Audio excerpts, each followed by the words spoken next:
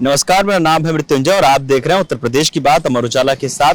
UP कितना सक्षम हुआ है जानते जानते हम इटावा पहुंचे और इस वक्त हम मौजूद हैं सैफई के उत्तर प्रदेश आयुर्विज्ञान विश्वविद्यालय के सामने। यहाँ हम चलेंगे, यहाँ बात करेंगे प्रिंसिपल से, उनसे जानेंगे कि वर्तमान राज्य सरकार में किस तरह से जो स्वास्थ्य सेवाएं हैं जिले की वो बेहतर हो रही हैं, क्या कुछ यहाँ परिवर्तन हुआ है, कौन कौन सी नई टेक्नोलॉजी यहाँ आई है, वर्तमान राज्य सरकार किस तरह से स्वास्थ्य सेवाओं को बेहतर करने के लिए काम कर रही है। तो चलिए जानते हैं, समझते हैं, बात करते हैं।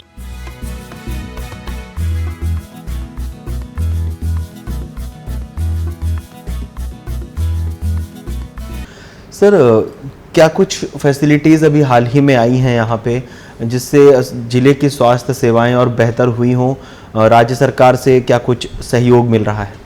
देखिए, हमारी जो ये यूनिवर्सिटी है, ये एक ऐसी यूनिवर्सिटी है, यूनिक है, जो कि रूरल बैकग्राउंड में स्थापित है और मेजॉरिटी ऑफ पेशेंट हमारे जो हैं वो रूरल बैकग्राउंड के हैं, जो कि आर्थिक रूप से और सामाजिक रूप से दोनों ही तरीके से बहुत ज़्यादा विकसित नहीं है।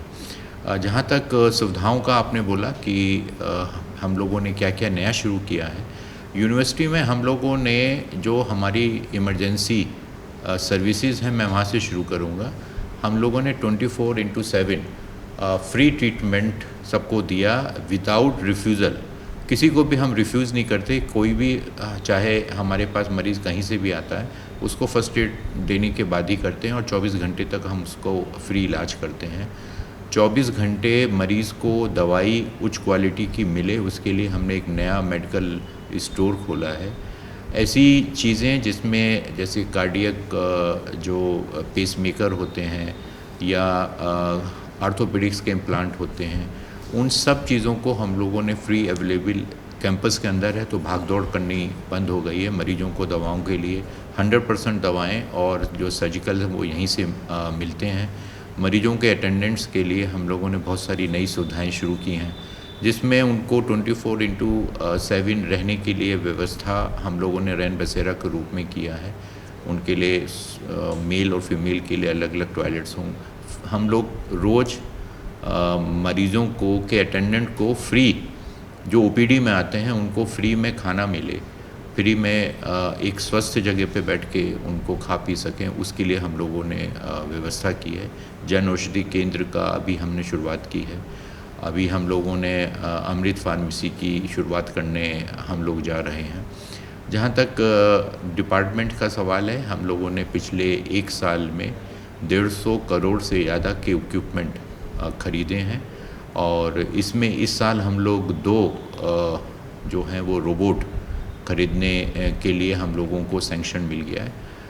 माननीय मुख्यमंत्री जी ने हम लोगों को ट्रॉमा सेंटर, नया ट्रॉमा सेंटर लेवल 1 जो कि दिल्ली में है, उसी स्थापित करने के लिए हाँ किया है और ये जो है वो एक्सप्रेस हाईवे के आसपास होगा, जो हमारे नियंत्रण में होगा।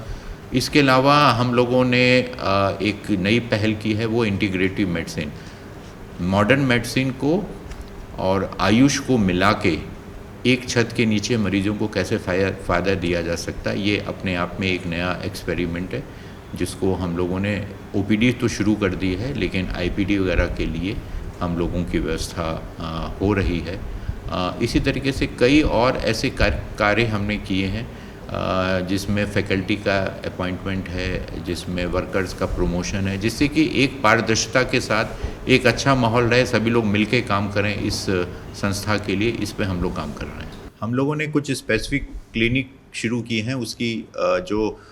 उसका जो थीम था, वो उसकी जो वजह थी वो ये थी कि भीड़ में पहले मैं आपको बताना चाहूँगा कि लगभग 1800 से 2000 मरीज़ ओपीडी में आते थे। आजकल हम लोग 5-5.5 हज़ार ओपीडी में मरीज़ देख रहे हैं। तो बहुत ज़्यादा भीड़ में बहुत कुछ ऐसे पेशेंट्स होते हैं जो अपनी बात को कह नहीं पाते और हम भी एज डॉक्टर उनको उतना समय नहीं दे पाते जितना हमको ज़रूरत है। तो हम लोगों ने स्पेशल ओपीडी शुरू की है। एक स्पेशल ओपीडी मैं आपको बताऊं, जो मुझे लगता है कि बहुत यूनिक है, वो है एक ट्रांसजेंडर क्लिनिक हम लोगों ने शुरू किया है। ये एक ऐसा तबका है जिसको हम लोग पहचानते नहीं हैं, हम लोगों के बीच में रहता है, लेकिन हम उसको ठीक से बात नहीं करते हैं। कोई उसको ठीक से इलाज नहीं देता है, उसको आते हुए शर्म आती है, तो उसको एक हमने अलग से पूरी व्यवस्था की है कि वो लोग आ सकते हैं। और ना सिर्फ वो आ सकते हैं, हमने उनके एनजीओ को भी कांटेक्ट किया है कि उनके माध्यम से वो हमारे पास आ सकते हैं। इसलिए इसी तरीके से इनफर्टिलिटी क्लिनिक एक हम लोग ने शुरुआत की है, जिसमें यूजली ये माना जाता है कि इनफर्टिलिटी मतलब बांझपन जो है वो सिर्फ महिलाओं से संबंधित होता है। हम लोगों ने जो बांझपन की जो क्लिनिक है, इसमें पुरुष और महिलाओं के लिए दोनों के इलाज की व्यवस्था की है। एडोलेसेंट जो लड़कियां हैं, जो बच्चे हैं, उनको रिप्रोडक्टिव लाइफ को आगे कैसे लीड करें, उसके लिए हम लोगों ने कुछ किया। और ऐसे बहुत सारे हम लोगों ने नए प्रयोग किए हैं। देखिए, 500 बेडेड एक बहुत ही महत्वाकांक्षी परियोजना है, जो ऑलमोस्ट बिल्डिंग बन के तैयार हो गई है। प्रोक्योरमेंट हम लोगों का चल रहा है। एक हम लोगों को लास्ट में जो एनवायरमेंटल क्लियरेंस चाहिए होती है, वो मई के मिड में हमें मिलेगी, ऐसा हमें बताया गया है। और उसके बाद अभी हम लोग उस परिसर में अपनी ओपीडीज़ जो सुपर स्पेशलिटी हैं, जैसे कार्डियोलॉजी है, सीटीवीएस है और न्यूरोलॉजी है, ये हम ऑलरेडी चला रहे हैं। और सबसे बड़ी बात यह है कि जैसे ही हमारे को मिल जाएगा क्लियरेंस, हम वहाँ अपनी ओपीडी और ओटी को भी हम चला देंगे। तो बहुत ज़्यादा जो मरीजों को वेटिंग का जो सामना करना पड़ता है, खास तौर से अति विशिष्ट सर्जरी जैसे कि कैंसर की, वहाँ पे पूरे बंकर्स हैं, तो हम कैंसर की थेरेपी जो होती है सिकाई के माध्यम से, जो हम लोग कैंसर का इलाज करते हैं, वो वहीं पे हम लोग शुरू कर सकेंगे। सारी व्यवस्था है, सारी मशीनें हैं, सारा बैंकर्स हैं, सिर्फ हमें क्लियरेंस की है, जो कि सरकार के माध्यम से मुझे कल ही फ़ोन से पता लगा कि सरकार ने चिट्ठी लिखी है एनवायरमेंट सेल को, और जल्दी ही हमको उसका मिलेगा। एक चीज़ मैं और बताना चाहूँगा कि एक हमारे यहाँ पे एक बहुत बड़ी व्यवस्था थी कि मरीज़ों को जांच के लिए, चाहे वो ब्लड की जांच हो, चाहे वो सीटी हो, एमआरआई हो, उसके लिए बाहर जाना पड़ता था या बाहर रेफ़र किया जाता था। उसको पूरी तरीके से रोकने की कोशिश की है, बहुत ज़्यादा कम हो गया है। 24/7 हमारे यहाँ पे जो ब्लड की जांचें हैं वो होती हैं। सीटी, एमआरआई, एक्सरे हमारे यहाँ होता है। एमआरआई को हमने और सीटी को हमने पीपीपी मॉडल पे भी लगाया है, जिससे कि जो वेटिंग लिस्ट है वो कम हो जाए। तो देखा आपने किस तरह से उत्तर प्रदेश में स्वास्थ्य सेवाएं सुधर रही हैं।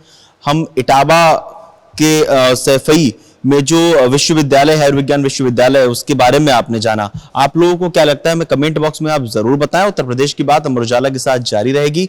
मिलते हैं अगले वीडियो में। बहुत बहुत धन्यवाद।